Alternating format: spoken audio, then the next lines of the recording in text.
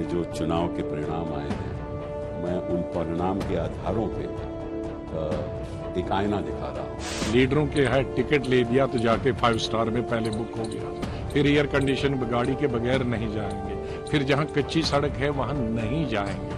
5 star से election नहीं लड़े जाते हैं। This is not the time. हम लोग कांग्रेस कल्चर पर बात कर रहे हैं और दूसरी चीजों पर बात कर रहे हैं। बेहतर ये हो कि बैठकर कोई रास्ता हम लोग निकालें। हर नेता को अपना तो आजादी है अपना तर्क रखने का, इसमें कोई हर्जा नहीं है, लेकिन सारे ये तर्क मीडिया के सामने आकर उछालना, इसमें मेरा जरूर आपत्ति है। बिहार नतीजे के बाद कांग्रेस में हड़कंप है। पार्टी के खराब प्रदर्शन से दिग्गज नेताओं के बोल आजाद हो रहे हैं। इश्क होना चाहिए आदमी को पार्टी से। आज हमारी प्रॉब्लम लीडरों की क्या है? लीडरों के है टिकट ले दिया तो जाके 5 स्टार में पहले बुक हो गया, फिर 5 स्टारों में भी कौन सा अच्छा है उसमें चले जाए कि 5 स्टार डिलेक्स होगा तो उसमें जाएंगे, फिर एयर कंडीशन गाड़ी के बगैर नहीं जाएंगे, फिर जहां कच्ची सड़क है वहां नहीं जाएंगे। 5 स्टार से इलेक्शन नहीं लड़े जाते हैं। गुलाम नबी आजाद ने किसी का नाम नहीं लिया, लेकिन समझ में सबको आ गया कि उनका निशाना कहाँ है। इस पार्टी से आप लोग बड़ा हुए हैं, इस पार्टी की जो कल्चर है, इसी कल्चर अपने को आज यहाँ तक पहुंचाया है। तो इसलिए मैं सबको ये कहूंगा कि जब किसी को सेहत में कोई घाव होते हैं तो घाव में नमक, और वो भी मीडिया के सामने आकर छिड़कने में हो सकता किसी को मजा लगता है, लेकिन मुझे लगता है ये अवसरवादी है। गुलाम नबी आजाद से पहले पार्टी के दूसरे वरिष्ठ नेता भी आला कमान को कटघरे में खड़ा कर चुके हैं। ये जो चुनाव के परिणाम आए हैं, मैं उन परिणाम के आधारों पे एक आईना दिखा रहा हूँ अपनी कांग्रेस पार्टी को, कांग्रेस के लोगों को। मैं किसी ऊपर आक्रमण क्यों करूंगा? मुझे तो चिंता है कांग्रेस पार्टी की। मैं तो एक कांग्रेस वर्कर हूं और लाखों करोड़ों कांग्रेस वर्कर हैं जो चिंतित हैं। बस बातचीत होगी तभी सोल्यूशन होगा ना, वह बातचीत ही नहीं होती। वैसे कंफ्यूजन का दूसरा नाम ही शायद कांग्रेस है। आप ये बात समझ जाएंगे जब पार्टी के एक और वरिष्ठ नेता तारिक अनवर के 2 बयान सुनेंगे। बिहार नतीजों के बाद उन्होंने खुद पार्टी पर सवाल उठाए थे और अब सवाल उठाने वालों को सलाह दे रहे हैं। हमारा परफॉर्मेंस बहुत पुअर रहा है और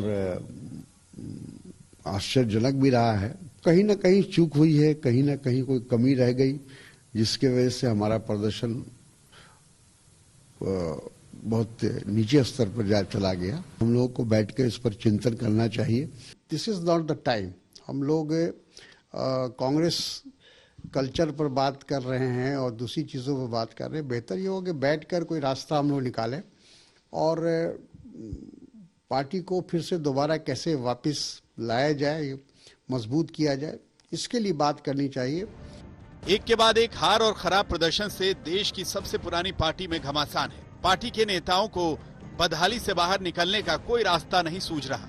वहीं दूसरी ओर बीजेपी जोश में है। एक राज्य के नतीजे सामने आते ही दूसरे की तैयारी शुरू हो जाती है। जिस दिन बिहार हाथ में आया उसी दिन जंगे बंगाल का ऐलान हो गया। लोकतांत्रिक तरीके से हमारा मुकाबला नहीं कर पा रहे हैं। देश के कुछ हिस्सों में उनको लगता है कि भारतीय जनता पार्टी के कार्यकर्ताओं को मौत के घाट उतार करके वे अपने मंसूबे पूरे कर लेंगे। मैं उन सब से आग्रहपूर्वक समझाने का प्रयास भी करता हूं। मुझे चेतावनी देने की जरूरत नहीं है, क्योंकि वो काम जनता जनार्दन करेगी। पश्चिम बंगाल में तैनात बीजेपी की टीम तो एक्टिव है ही, केंद्रीय नेतृत्व का भी पूरा ध्यान है। हर महीने पार्टी अध्यक्ष जेपी नड्डा और गृह मंत्री अमित शाह का दौरा तय है और लक्ष्य 200 सीटों का है। विजय सुनिश्चित है। 2/3 बहुमत के साथ भारतीय जनता पार्टी यहाँ सरकार बनाने जा रही है। ममता दीदी इसको रोक नहीं सकती। पश्चिम बंगाल के साथ साथ बीजेपी ने साउथ पर भी फोकस कर रखा है। अमित शाह का तमिलनाडु दौरा इस बात की गवाही दे रहा है। अगले साल तमिलनाडु में चुनाव है, लिहाजा अमित शाह ने अभी से मोर्चा संभाल लिया है। एक तरफ कांग्रेस हार की बेहोशी से निकल नहीं पा रही, तो वहीं बीजेपी में जबरदस्त जोश है। विधानसभा चुनाव की बात छोड़िए, पार्टी ने स्थानीय चुनाव में भी पूरी ताकत झोंक दी है। हैदराबाद में नगर निगम का चुनाव है तो पार्टी के दिग्गज नेता प्रकाश जावड़ेकर प्रचार कर रहे हैं। जम्मू कश्मीर में डीडीसी यानी जिला विकास परिषद का चुनाव है तो पार्टी ने अपने केंद्रीय दिग्गजों मुख्तार अब्बास नकवी, अनुराग ठाकुर और शाहनवाज हुसैन के कंधों पर जिम्मेदारी डाल दी है। तो वहीं दूसरी ओर कांग्रेस अभी अपनी पिछली हार में ही उलझी हुई है। आज तक ब्यूरो।